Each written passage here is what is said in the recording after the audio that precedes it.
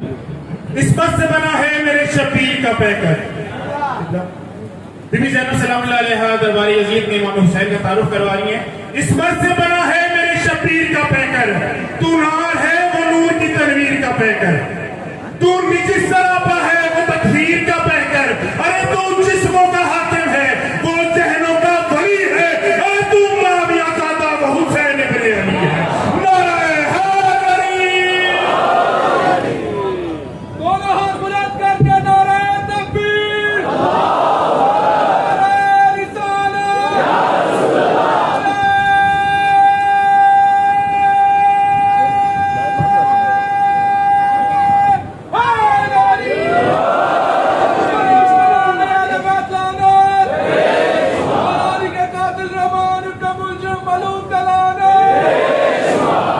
مومنین یہاں live streaming کر رہے ہیں, تمام سے گزارش ہے کہ لائیو اسٹریمنگ بند کر دیں.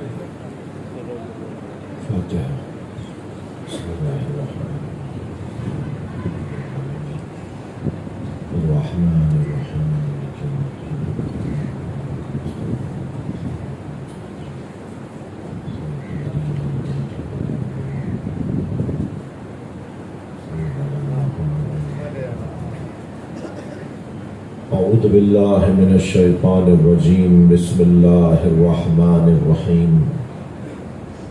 الحمد للہ الذی لا یبلغ مدحته القائلون ولا يحصي نقماءه العادون ولا يعدي حقه المجتهدون, الذي ليس لصفته حد محدود ولا نعت موجود ولا وقت معدود ولا أجل ممدود, فطر الخلائق بقدرته ونشر الرياح برحمته. الصلاة والسلام على الرسول المسدد المصطفى الأمجد المحمود الأحمد سيدنا ومولانا ومولى الكونين جد الحسن والحسين وعلي والقاسم محمد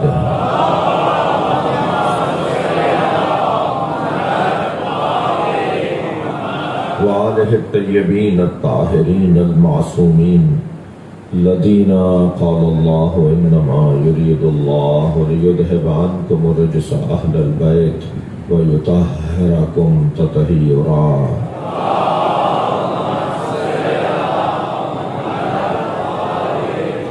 ولعنة الله على أعدائهم أجمعين من يوم عداوتهم إلى قيام يوم الدين. أما بعد, قال الحكيم في القرآن الكريم, بسم الله الرحمن الرحيم, ووهبنا لهم من رحمتنا وجعلنا لهم لسان صدق عليا. صلوات.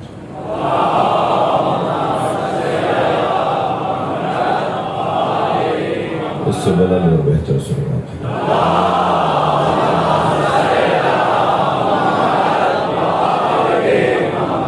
ایک اور بلند صلوات.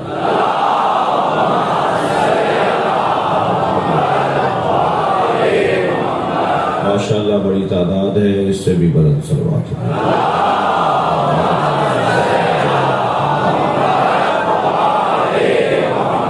سورہ مبارکہ مریم کی آیت نمبر 50 ہے. اللہ اپنے اس کلام میں آل ابراہیم, حضرت ابراہیم کی نسل میں اس کا جو کرم ہے, اس کا جو فضل ہے, اس کی جو عطا ہے, اس کو بیان کر رہا ہے. وَوَهَبْنَا لَهُم مِّن رَحْمَتِنَا, اور ہم نے انہیں اپنی رحمت سے عطا کر دیا ہے. اب آل ابراہیم کو اللہ نے کیا کیا عطا کیا ہے؟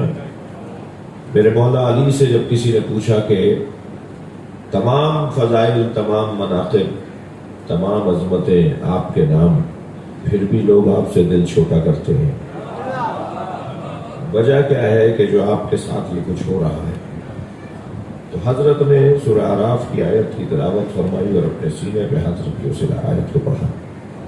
فرمایا جو تم نے قرآن میں پڑھا ہے, ام یحسدون الناس علی ما آتاہم اللہ من فضلہ وآتینا علی ابراہیم الحکمہ وَآتَيْنَا عَلَى إِبْرَاهِيمَ الْكِتَابَ وَالْحِكْمَةَ وَآتَيْنَاهُمْ مُلْكًا عَظِيمًا۔ کچھ لوگ ہیں جو ان لوگوں سے حسد کرتے ہیں جنہیں اللہ نے اپنے فضل سے عطا کیا ہے،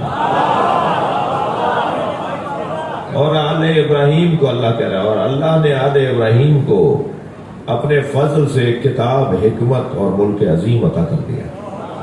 کتاب سے مراد کتاب یعنی قرآن، حکمت سے مراد نبوت، اور ملک عظیم سے مراد امامت۔ صلوات پڑھنے محمد و آل محمد۔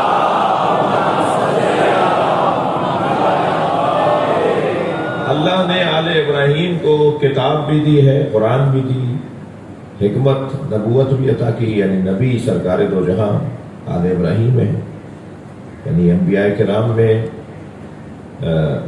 حضرت ابراہیم کے جو دو بیٹوں سے نسل چلی، یا حضرت اسماعیل سے چلی یا حضرت اسحاق سے چلی۔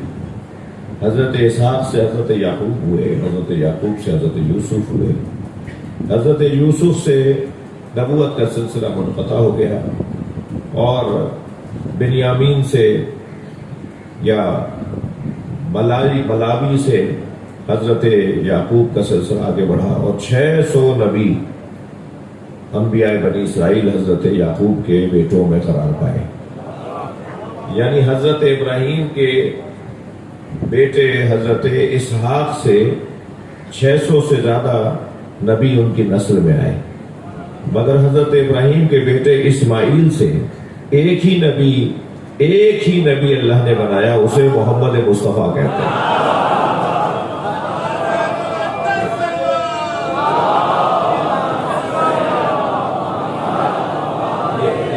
یعنی آباء و اجداد میں بھی وحدت رکھی ہے۔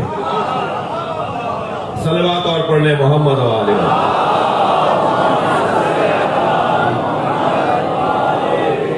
تو حضرت ابراہیم کی نسل سے حضرت اسماعیل، اور حضرت اسماعیل کی نسل سے پھر پروردگار عالم نے ہمارے نبی کو نبوت عطا کی۔ وَآتَيْنَا عَلَى إِبْرَاهِيمَ الْكِتَابَ وَالْحِكْمَةَ، اور ہم نے آل ابراہیم کو کتاب بھی دی ہے اور حکمت بھی عطا کی ہے۔ وَآتَيْنَاهُمْ مُلْكًا عَظِيمًا، اور پھر دوبارہ اللہ نے آتینا کو دوبارہ تکرار کیا، اور ہم نے انہیں عطا کیا ہے ملک عظیم، یعنی امامت۔ امامت ایسا ملک ہے جس کے لیے بارڈر کی ضرورت نہیں ہے، امامت ایسا ملک ہے جس کے لیے پاسپورٹ کی ضرورت نہیں ہے۔ دنیا کے اس کونے میں بسنے والا بھی علی علی بولتا ہے، دنیا کے اس کونے میں بولنے والا بھی حسین حسین بولتا ہے۔ اللہ نے جنہیں امامت عطا کی ہے انہیں ملک عظیم کی صورت میں امامت عطا کی ہے، اور ملک عظیم یعنی ان کی حکومت دلوں پر ہے، یعنی ان کی حکومت ذہنوں پر ہے۔ آج میرے مولا سجاد کے نام کا سکہ نہیں چلتا، مگر آج میرے مولا سجاد کے نام کا حکم چلتا ہے۔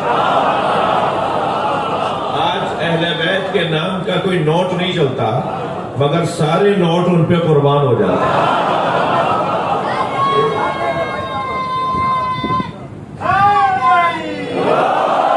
یہ جو ملک عظیم کا عنوان، میرا بھائی یہ کیمرہ سیٹ کر کے بیٹھ جائے گا، پریشان نہیں، وہ پیچھے والوں کو تسلی دے رہا۔ ایک صلوات پڑھے ذرا محمد والے بھائی، اس سے بلند صلوات پڑھ لیجئے۔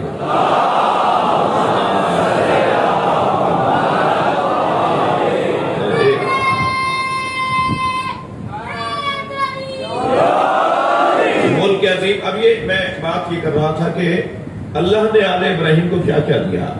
خود حضرت ابراہیم نے اپنی نسل میں امامت، نبوت اور امامت کو قرار دینے کے لیے اللہ کی بارگاہ میں دعائیں رکھی۔ جب حضرت ابراہیم کو اللہ نے نبی بنایا، رسول بنایا، تب انہوں نے نہیں کہا میری نسل میں بھی کوئی نبی اور رسول بنا دے۔ یہ تو اللہ کا کرم ہوا ہے کہ ان کی نسل میں نبی اور رسول آئے، مگر جب انہیں اللہ نے امام بنایا تو فرمایا وَمِن ذُرِّيَّتِي، یا اللہ میری اولاد میں بھی امامت ہے۔ تو اللہ نے جواب دیا لا ينال عہدی الظالمین، میرا یہ عہدہ ظالموں تک نہیں پہنچے گا۔ یعنی تمہاری نسل میں جو ظالم آنے والے ہیں، یعنی غیر معصوم آنے والے ہیں، میرا بچہ ذرا الجھے نہیں اس بات سے کہ میں نے کیا کہا ہے۔ دیکھیے ظلم علی نفسہ ہی بھی ہے اور علی غیرہ بھی ہے، یعنی جو کسی اور پر ظلم کرے وہ بھی ظالم ہے، اور جو گناہ کرے، معصیت کرے، اللہ کی نافرمانی کرے، یعنی اپنے اوپر ظلم کرے، کیونکہ اللہ کا گناہ جو ہے وہ اللہ کو کوئی نقصان نہیں پہنچاتا، اس کی خدائی میں کوئی کمی نہیں آتی، اس کے سجدے کم نہیں پڑتے، اس کا نام کم نہیں پڑتا۔ اللہ کا گناہ کرنے والا اپنے اوپر ظلم کر رہا ہوتا ہے، جسے پھر خود اللہ نے کہا کہ لا تقنطوا من رحمت اللہ یا عبادی الذین اسرفوا علی انفسہم، اے وہ میرے بندو جنہوں نے گناہ کیا ہے وہ میری رحمت سے مایوس نہ ہو۔ ماہ رمضان ہے، یہ آیت سن لیجئے، چند دن ہی رہ گئے ہیں، کیا معلوم کہ جاتے جاتے ہی ہماری بخشش ہو جائے۔ مولانا 23واں روزہ آ گیا، اب تک تو اللہ نے ہمیں معاف نہیں کیا۔ اللہ آخری دن تک نا امید نہیں دیکھنا چاہتا۔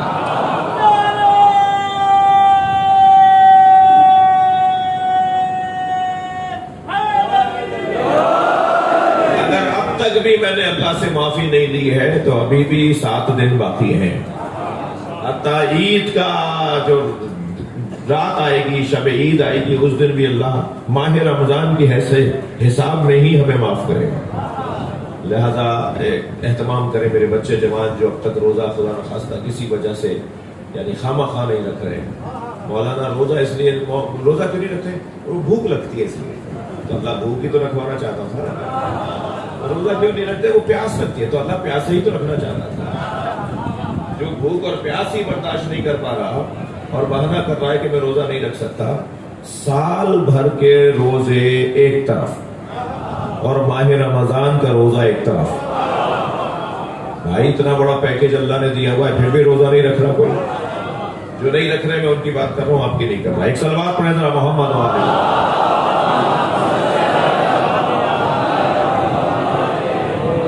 جی یہ بہت بڑی توفیق۔ اچھا پھر قرآن، مولانا قرآن شروع کرتے تو ایک مولوی صاحب سے سنا تھا کہ ختم بھی کرنا پڑتا، تو کیونکہ وہ ختم کر نہیں سکتے تھے تو ہم نے اس ڈر سے شروع بھی نہیں کیا۔ تو یہ بھی کسی نے غلط بتایا ہے، کسی نیم ملا نے بتایا ہے۔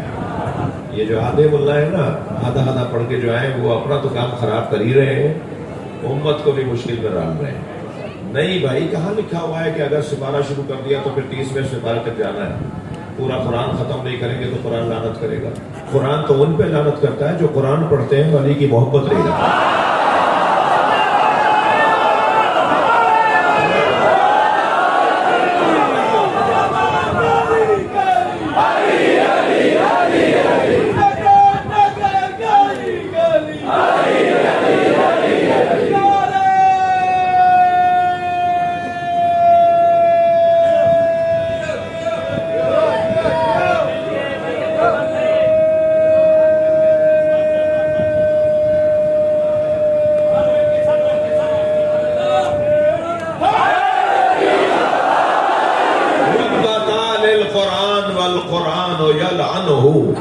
کتنے ہی قاریان قرآن ہیں جن پہ قرآن لعنت کرتا ہے۔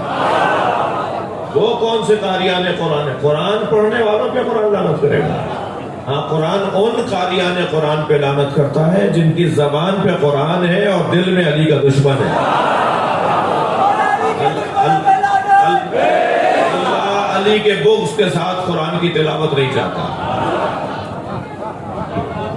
تو لیکن جن کے دلوں میں علی بستا ہے، اچھا ان کا قرآن قبول نہیں ہوگا، علی والوں کو قرآن کی ضرورت نہیں ہے۔ یہ کیا بات ہے؟ جب علی والوں کو قرآن پڑھنے، علی والے قرآن اگر نہیں پڑھیں گے تو کون پڑھے گا؟ تھک رہے، ناراض ہو رہے ہیں؟ علی والوں کو ہی تو قرآن پڑھنا ہے۔ مولا علی کی محبت کی وجہ سے جو قرآن کا نور سمجھ میں آتا ہے وہ کسی اور کو سمجھ میں نہیں آئے گا۔ بھائی علی والے قرآن زیادہ سے زیادہ پڑھیں تاکہ ہماری ان سے جان چھٹے۔ جو قرآن کے نام پر روب جمائے بیٹھے ہیں معاشرے میں، جن کا کوئی تعلق قرآن سے ہے ہی نہیں۔ نبی نے تو واضح طور پہ اعلان کیا تھا کہ میں تمہیں علی اور قرآن دے کے جا رہا ہوں۔ لیکن اگر بات میری منتقل ہو گئی ہو تو میری گزارش ہے کہ کوئی بات نہیں، ایک سپارہ ہی ماہ رمضان میں پڑھ لیا، 2 سپارے ہی پڑھ لیے۔ یہ قرآن پکار کے دعوت دے رہا ہے، آؤ مجھے پڑھو، میری تلاوت کرو، توجہ ہے۔ تو اللہ نے اپنے حضرت ابراہیم سے فرمایا کہ میرا عہدہ ظالموں تک نہیں پہنچے گا. تو ظالم سے مراد معمولی گناہ جو کر رہا ہو وہ بھی ظالم ہے. تو معمولی گناہ کرنے والے تک امامت نہیں پہنچے گی. جی معمولی گناہ کرنے والے تک امامت نہیں پہنچے گی تو پھر اور معصوم کسے کہا جاتا ہے؟ میرے بھائی مجھ سے کہتے ہیں آپ اپنے ائمہ کو معصوم مانتے ہیں؟ تو بھائی ہم قرآن کے مطابق مانتے ہیں. یا تو نام آپ ہمیں بتا دو کہ وہ کون ہیں جنہوں نے معمولی گناہ بھی نہ کیا ہو, یا ہم 14 کے نام بتانے کو بیٹھے ہیں جن کی زندگیوں میں گناہوں کا گزر نہیں ہوا, بلکہ جو ان سے جڑ گیا کبھی اسے سلمان بنا دیا, کبھی ابوذر بنا دیا. یہ وہ ہستیاں ہیں کہ اگر ان سے کوئی دوستی شدید کر لے خط تو نہیں رہے, اگر کوئی ان سے محبت شدید کر لے تو پھر وہ مقداد بن جاتا ہے, پھر وہ ابوذر غفاری بن جاتا ہے, پھر وہ مالک اشتر بن جاتا ہے, جی مختار ثقفی بن جاتا ہے. ایسے بڑے بڑے نام, ذوبوا فی علی کما ہوا غاب فی اللہ, علی میں ایسے گم ہو جاؤ جیسے علی اللہ میں گم ہو گئے. جو خود کو علی میں گم کر دے گا پھر اسے علی کے علاوہ کوئی نظر ہی نہیں آئے گا. اور جب ہمیں علی کے علاوہ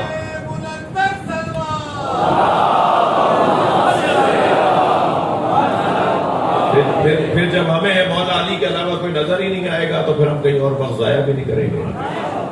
اور علی کے پاس علی سے ملنے والی چیزیں کیا کم ہیں جو ہم کہیں کہ ختم ہو گئی. نبی مولا نے فرمایا زینوا مجالسکم بذکر علی بن ابی طالب, اپنی مجلسوں کو علی کے ذکر سے زینت ہو. 1400 سال پہلے فرمایا ہے نا, قیامت تک کے لیے قول ہے نا, اس کا مطلب ہے کہ اتنا علی کا ذکر ہے نا کہ ہر مجلس میں وہ پھر بھی کم نہ ہو, پھر بھی کوئی یہ نہ کہہ پائے کہ باتیں تو ساری ہو گئی اب اور کیا کریں. لیکن ہر مجلس میں علی مولا کی بات ہو اور نئی بات ہو. علی اس سمندر کو کہتے ہیں جس کا پانی کم نہیں پڑتا, جس کی وسعتیں اتنی زیادہ ہیں, جس کی گہرائی اتنی زیادہ ہے کہ ہم اس سے سیراب ہوتے رہیں ہماری پیاس بڑھے گی, پانی کم نہیں ہوگا. لہذا میرے بچوں جوانوں آپ سے زیادہ بات کر رہا ہوں, بزرگوں سے مجھے دعا چاہیے. یہ جو گھرانہ ہے جنہیں اللہ نے اس عنوان سے عظمت عطا کی ہے کہ حضرت ابراہیم کی اولاد کو اللہ نے کتاب بھی دی, نبوت بھی دی اور امامت بھی دی. اب یہ تو بہت موٹے عنوان ہیں کہ کتاب یعنی قرآن, نبوت یعنی خاتمیت سرکار کے عنوان رسالت, امامت یعنی مولا علی سے لے کے امام مہدی تک امامت کا سلسلہ حضرت ابراہیم کی نسل میں اللہ نے رکھا ہے. اور جتنے سادات ہیں وہ سب آل ابراہیم ہیں, جتنا سید ہیں وہ سب آل ابراہیم ہیں, کیونکہ ان کا شجرہ پہنچتا ہے جا کر ائمہ تک, ائمہ کا شجرہ پہنچتا ہے جا کے حضرت اسماعیل تک, حضرت ابراہیم تک. تو آل ابراہیم قرآن میں جہاں جہاں آیا ہے اس سے دوسرا نام ہے سادات, یعنی خاص طور پہ جناب زہرا کے بعد سے, سیدہ کے بعد سے ان کا عنوان تبدیل ہو جائے گا, وہ سید کا عنوان ہوگا. اور وسیع انداز سے دیکھیں تو سب آل ابراہیم ہیں. اب یہاں عظمت تو بات ہو رہی ہے ان کی کہ جنہیں اللہ نے صاحب عظمت بنایا ہے. تو ابراہیم کی اولاد کو اللہ نے کیا کیا دیا, میں نے 3 باتیں تو آپ کے سامنے کروائی. اس آیت میں جو سورہ مریم کی 50 نمبر پر موجود آیت ہے جو میں نے تلاوت کی, اس میں اللہ ارشاد فرما رہا ہے وَوَهَبْنَا لَهُم مِّن رَحْمَتِنَا, اور ہم نے بہت کچھ انہیں اپنی رحمت سے دے دیا. ابراہیم کی نسل میں ہم نے بہت کچھ دے دیا. وَجَعَلْنَا لَهُمْ لِسَانَ صِدْقٍ عَلِيًّا, اور ہم نے ان میں اپنی اونچی علی سچی زبان قرار دے دی ہے. آل ابراہیم میں ایک سچی زبان, لسان صدق, ایک سچی زبان, علیہ جس کا نام علی ہے, قرآن ہے بھائی ہے.